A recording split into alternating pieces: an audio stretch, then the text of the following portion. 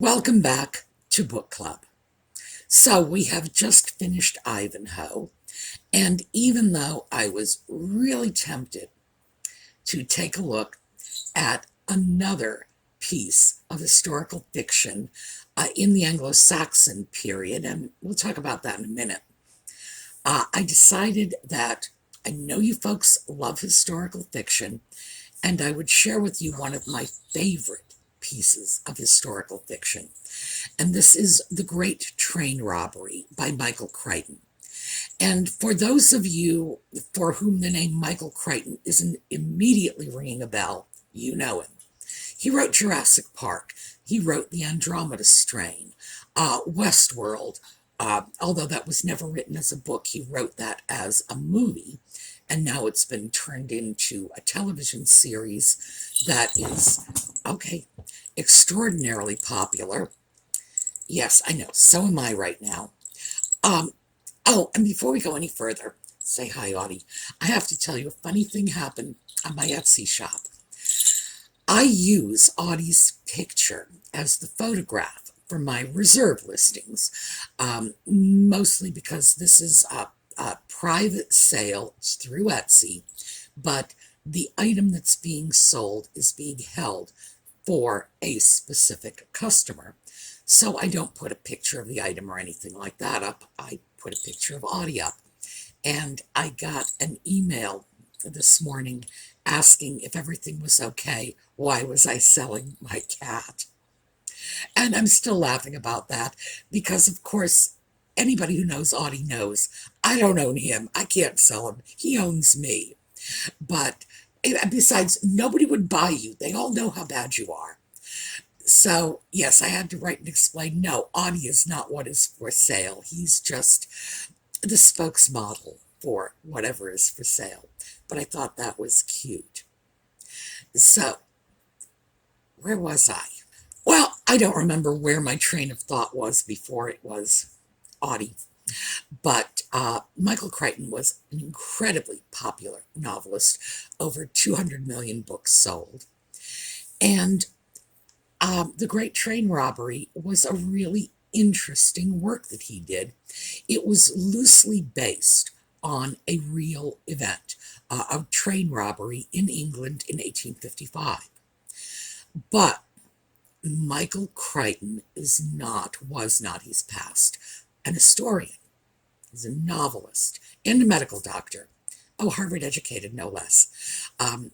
Yes, he went to Harvard and apparently decided, Harvard educated medical doctor, world famous best-selling author, which one?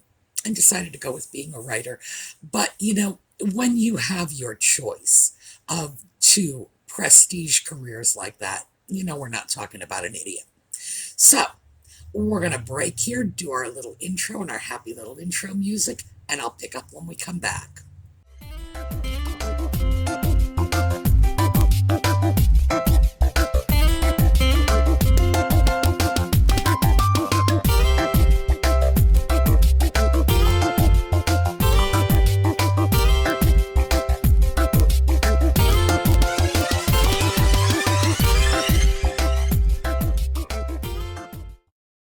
So another interesting thing about Michael Crichton is he was 6'9". Just to give you a little perspective, Michael Jordan is 6'6". So I guess this guy was just born to stand out in a crowd. The Great Train Robbery it's a lighthearted book. It's funny in places, well, funny in a lot of places. The movie that was made from it was largely a sort of caper comedy, and starred Sean Connery. I like Sean Connery. I just threw that in for no better reason than I like Sean Connery. The movie was nowhere near as good as the book. The book was great. So we're throwing that out. As always, PDF copy. I'm going to have that in the pinned comment, that show you the link where you can go to just download a copy. if you don't want to buy the book or you don't want to take it out of your library. It was written, I think, in 1975, so it should be pretty easily available, very inexpensively, because, it's no longer a bestseller. Well, once you're a bestseller, I guess you're always a bestseller, but it's no longer on the premium book lists. This is something that can be picked up, in used bookstores on Amazon for a few dollars, but we're going to throw in the free link anyway. Crichton took the bare bones of a story that intrigued him. He was in England, lecturing at Oxford, because that's what we all do when we're in England. And he happened to hear about the story, did a little research, and then created this novel from the bare bones of the story. One of his gifts as a writer, and anybody who's ever seen the film Jurassic Park or any of his other works that have been brought over to film, knows that he can take 3 or 4 facts, things that we know to be facts, very accessible technology, and just jump it half a step. And suddenly he has made science fiction reality. He did that with Jurassic Park. Well, you take your little mosquito and the amber and you take out the DNA and you got the dinosaurs, and he had it all worked out. And it seemed so plausible that for most of us, we would just look at that and say, well, I wonder why people haven't done that already. Well, it's because the facts are there, and he's just peppering it with a little bit of fiction, just a little bit of teasing those facts out to make his story not just plausible, but real to us. And let me give you an example. And this was the thing that made me decide you'd probably like The Great Train Robbery.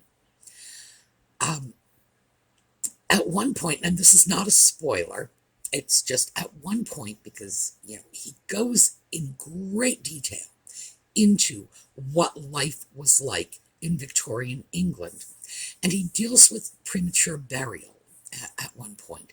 And this was a very real fear in Britain, in the United States. I'm not sure what a big deal it was in other parts of the world, but certainly in the English-speaking world, 150 years ago, people were just terrified of being buried alive.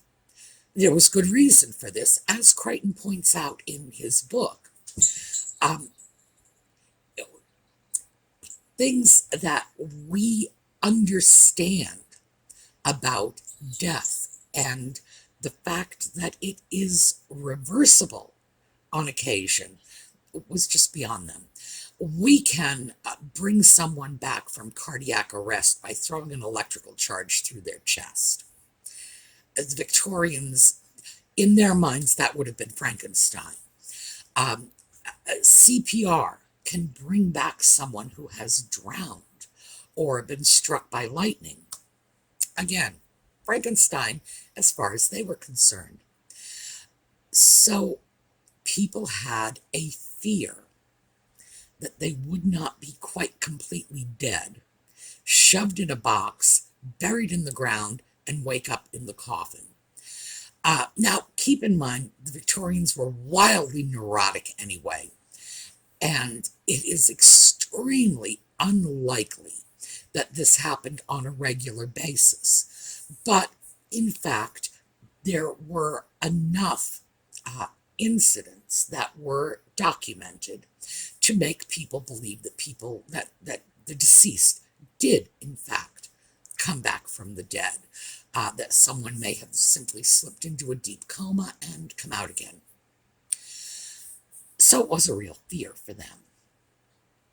Crichton tells the story of a man named Bateson who had developed a premature burial device. It was a little bell, and it was on the coffin, and there was a string from the bell tied to the finger of the deceased. The deceased would revive, wiggle his finger, the bell would ring, and everybody would know, and they would open the coffin, and there he is. Uncle John isn't dead after all.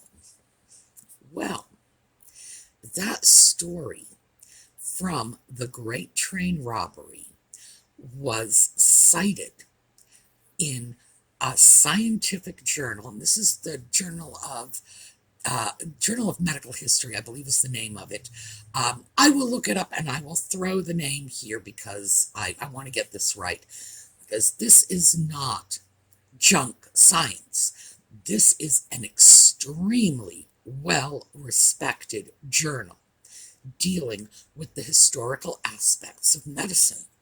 It is peer-reviewed, which means articles do not go in there unless 2 or 3 other people who are in the field have reviewed this article for accuracy. And in goes the story of Bateson and his belfry. Oops, Michael Crichton made that up. That was one of the bits of fiction in the Great Train Robbery.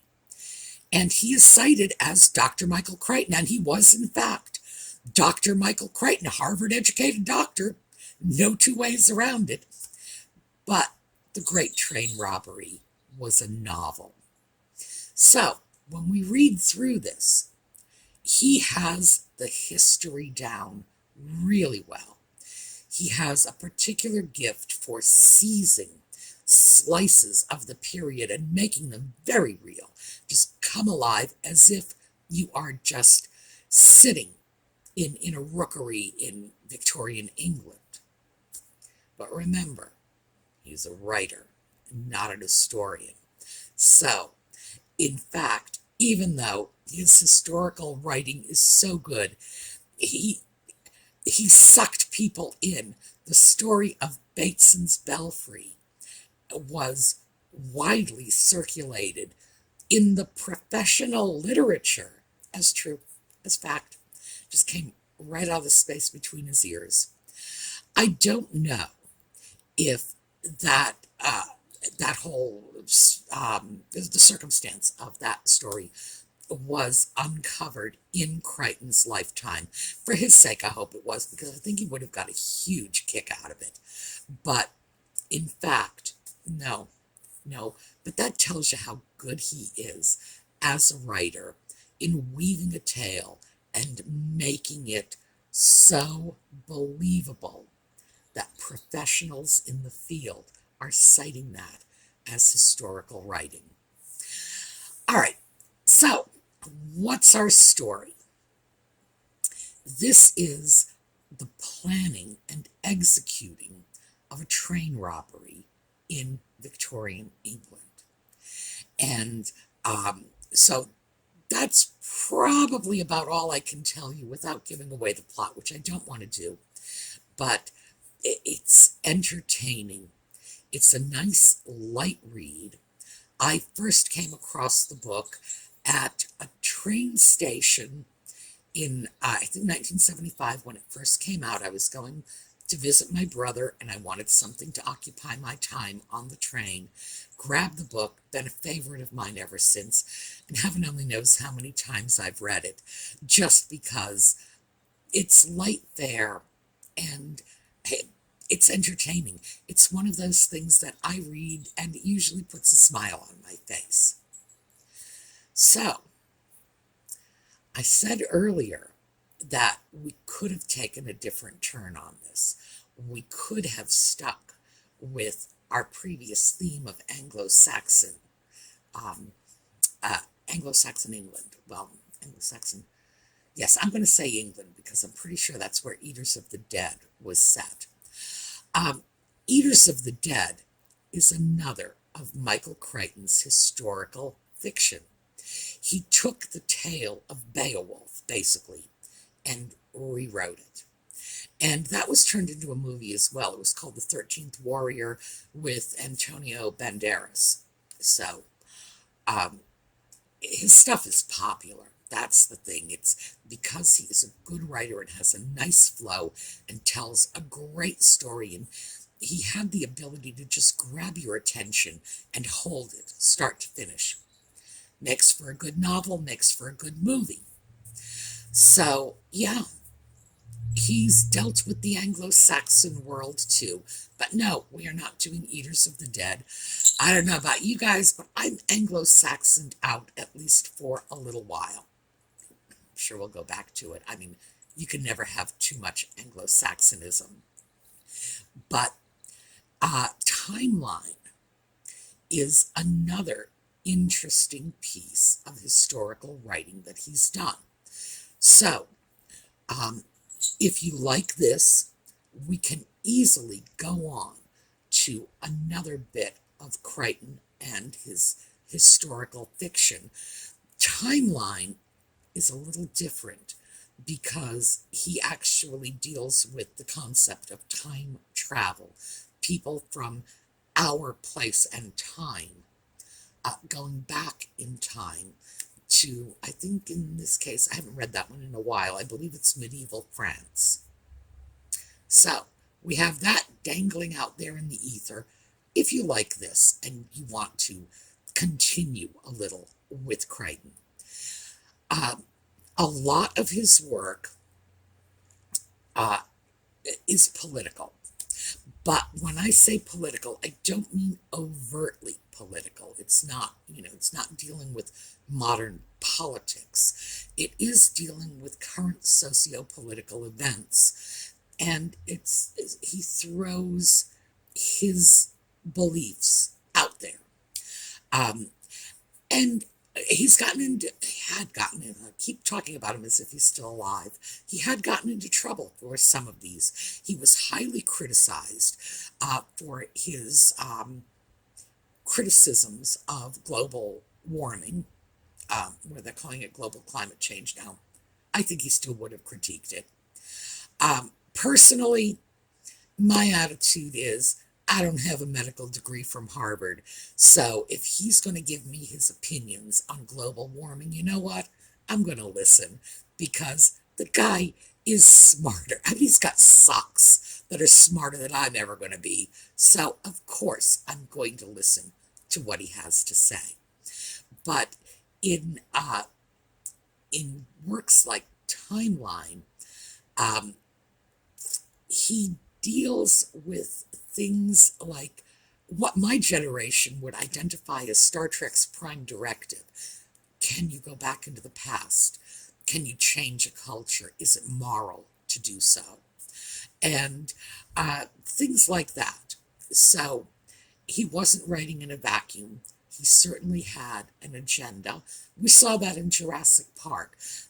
Do we really have the right to bring back dinosaurs? They had their time, they're gone now, and maybe there's a good reason for that. So, but with those caveats, and those are things that never, ever troubled me. Fiction writers always have a point of view. Sometimes they beat you over the head with it. Sometimes it's a point of view that I just do not consider to be carefully thought out or responsibly presented. But again, as I say, Harvard-educated doctor. We can't accuse him of not thinking things out thoroughly. Anyway, this is a book.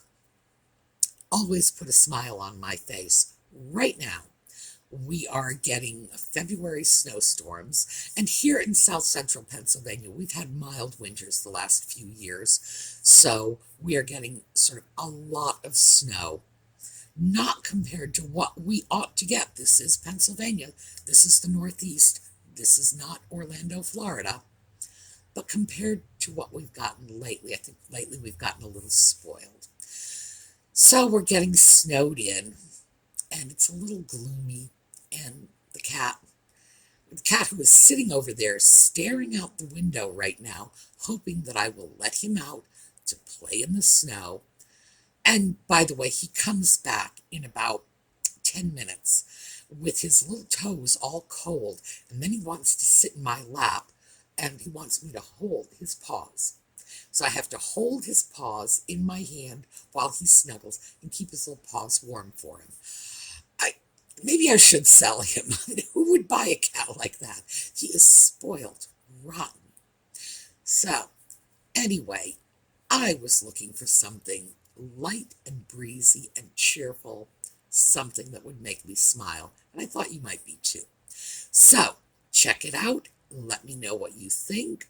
I am going to show the slideshow I made of Evelyn, and I have a new picture to end it because Evelyn saw her slideshow and her mom sent me a picture.